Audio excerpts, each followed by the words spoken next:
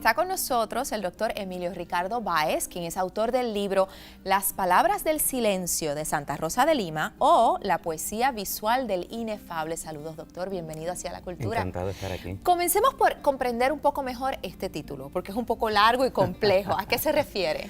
Pues el texto realmente recoge, es un estudio a fondo de lo único que se conserva de Santa Rosa de Lima.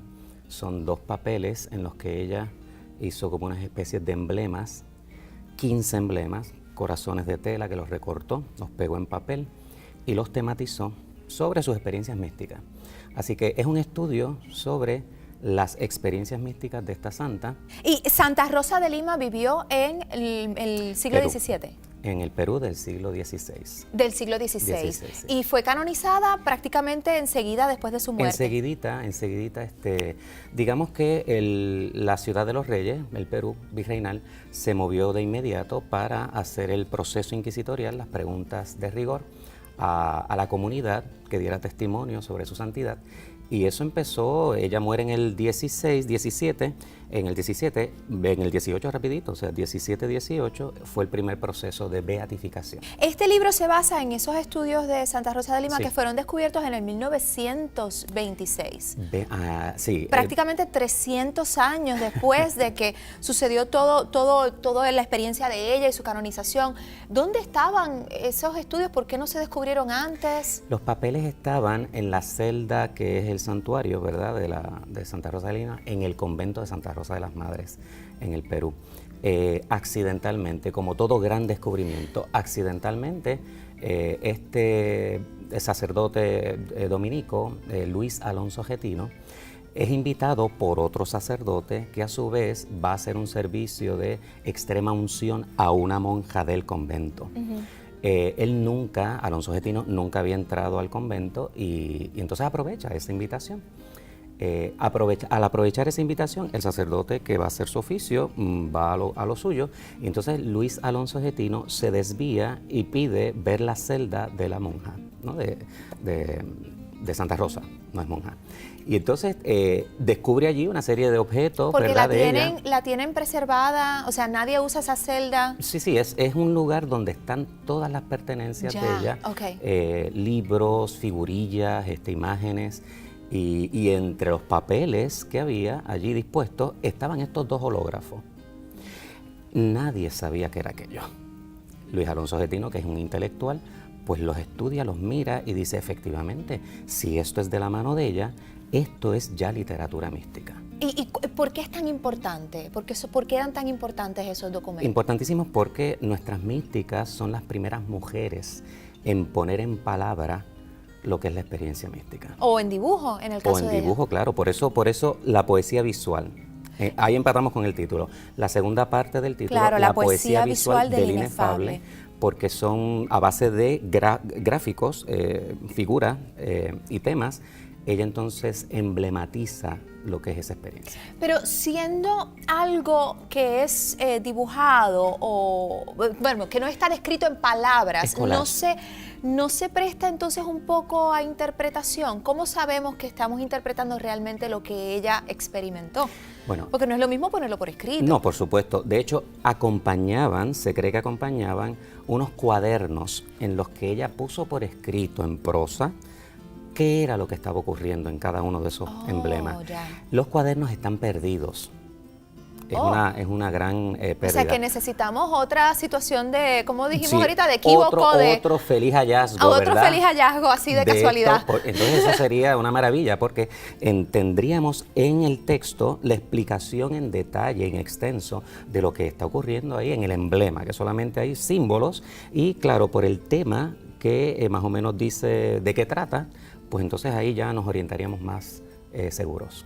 Interesantísimo el tema, un poco ajeno a lo que yo conozco y por ende me parece súper interesante. Estaba mirando la portada que le estaba comentando que parecía casi caleidoscopios y eso tiene que ver con las figuras geométricas. Y la metáfora es muy bella porque de hecho Borges era un experto también en el tema de la mística.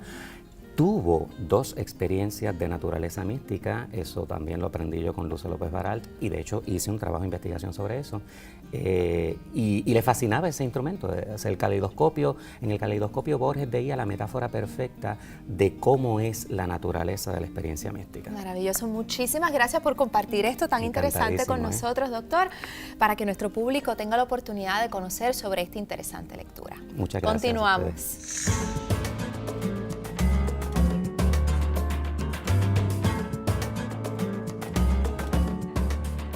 Y amigos, me encuentro en un día muy especial en el Museo y Centro de Estudios Humanísticos Doctora Josefina Camacho de la Nuez de la Universidad del Turabo. Ese nombre le resulta familiar al señor Guillermo Martínez, que está aquí al lado mío, porque ese es el nombre de su mamá. Más o menos. Le resulta algo familiar.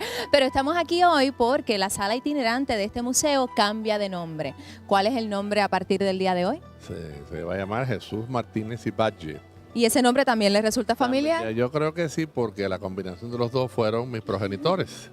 Gracias a ellos es que está don Guillermo Martínez con nosotros, un gran colaborador de la Universidad del Turabo, del Sistema Universitario Ana Geméndez en general, de Puerto Rico en general. ¿Por qué luego de varios años de haber hecho el donativo para este Centro de Estudios Humanísticos que lleva el nombre de su mamá, ahora hacemos un honor a su papá? Pues Alfonsina, te diré de que mi familia y mi empresa pues tuvo mucho gusto en colaborar con el Sistema Universitario Ana Geméndez por el gran trabajo que están haciendo en pos de la cultura. Y hicimos el donativo para el museo, que lo hicimos, lo nombramos era el Museo y Centro de Estudios Humanísticos. Mi madre se distinguió por todos sus estudios humanísticos y por una identificación con la cultura y con los estudios. Y hicimos el donativo y se llama Doctora Josefina Camacho. Pero me sentí que mi vida fue de 2 progenitores. Claro. Y entonces digo, esto es como un carro que tiene una sola goma. Y entonces pensé cómo honrar a mi padre también, que tuvo una gran participación en mi vida, obviamente. Y quería tenerlos a los 2 bajo el mismo techo.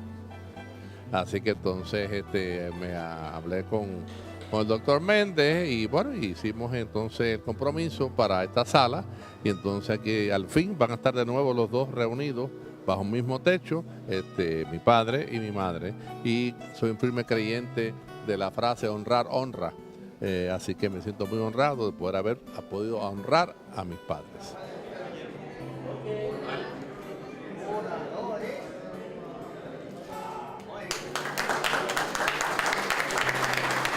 Y me encuentro con el presidente del Sistema Universitario Ana Geméndez, el doctor José Méndez.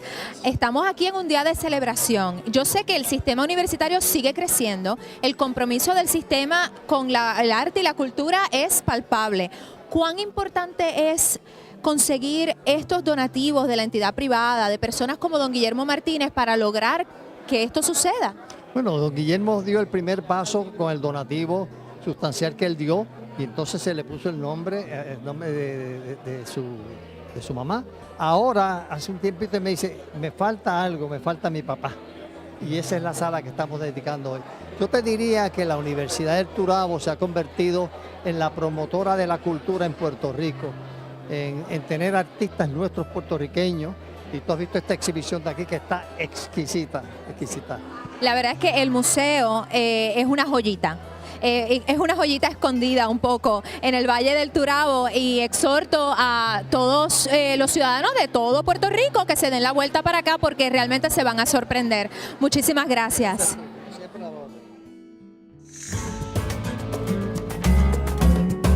Hacemos nuestra segunda pausa y cuando regresemos, conoce la escultura más larga del mundo. Enseguida regresamos. Más videos en sistematv.com.